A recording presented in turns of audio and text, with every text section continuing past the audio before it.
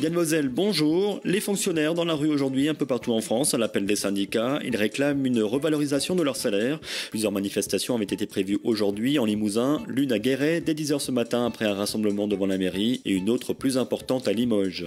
Dans la métropole, le cortège est parti de la place de la République dès 10h30, puis est passé devant la mairie avant de remonter vers la préfecture. Écoutez dans la manifestation Lucille Grèce, secrétaire académique du SNEP FSU. On est très attentif aux suites qu'il va donner au mouvement et qu'on aimerait bien que le point d'indice soit enfin dégelé, puisque la perte du pouvoir d'achat des fonctionnaires a été particulièrement sévère depuis 2010.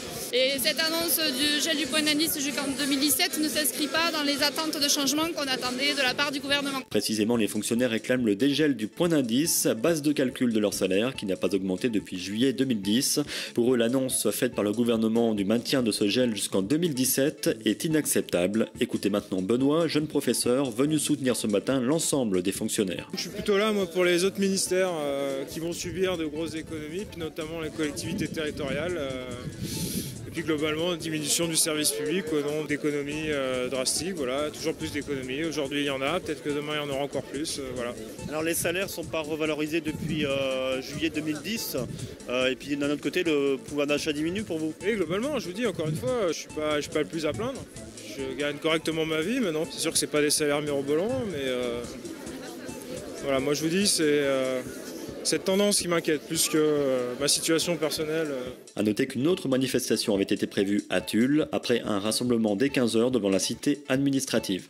C'est une première, 26 architectes de Limousin ouvrent les portes de leur agence au public les vendredis 6 et samedi 7 juin. C'est l'occasion pour eux de faire découvrir leur métier qui a beaucoup évolué. Les visiteurs pourront comprendre le rôle et l'impact de l'architecture dans notre vie quotidienne ainsi que les étapes de développement d'un projet, de sa conception à sa réalisation.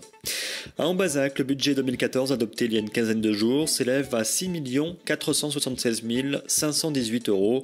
Un tiers de cette somme est consacré aux investissements, dont environ 443 000 € prévus pour les travaux de voirie et 436 000 € pour les grosses réparations immobilières. Aussi, la fiscalité locale n'augmente pas cette année. Les taux d'imposition votés sont de 23,09% pour la taxe d'habitation, 20,09% pour la taxe foncière bâtie et 20,36% pour la taxe foncière non bâtie. Au Billange, le secrétariat de mairie sera fermé demain toute la journée. Pour les affaires urgentes, il sera possible de contacter directement le maire ou l'un de ses adjoints. À 2 pas du canton d'Ambazac à Saint-Martin-Sainte-Catherine en Creuse, les échanges se poursuivent entre la commune et la marine nationale. Je vous rappelle que depuis février de l'an dernier, la municipalité est marraine de 2 navires de la marine, les patrouilleurs de surveillance de site Athos et Aramis. Des marins de ces bâtiments visiteront la commune demain avant de rencontrer des élèves du collège Jean-Picard Ledoux de Bourganeuf. Et puis samedi dès 9h30, ils disputeront un match de football contre l'équipe de Saint-Martin-Sainte-Catherine.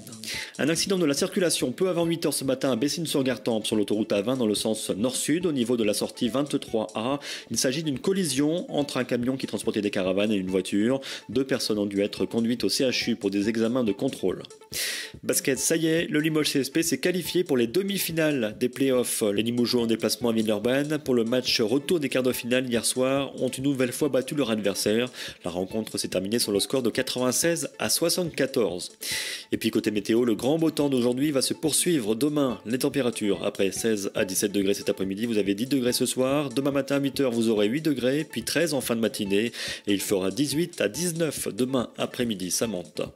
C'est la fin de ce flash, merci de l'avoir suivi. À bientôt sur Radio Open FM.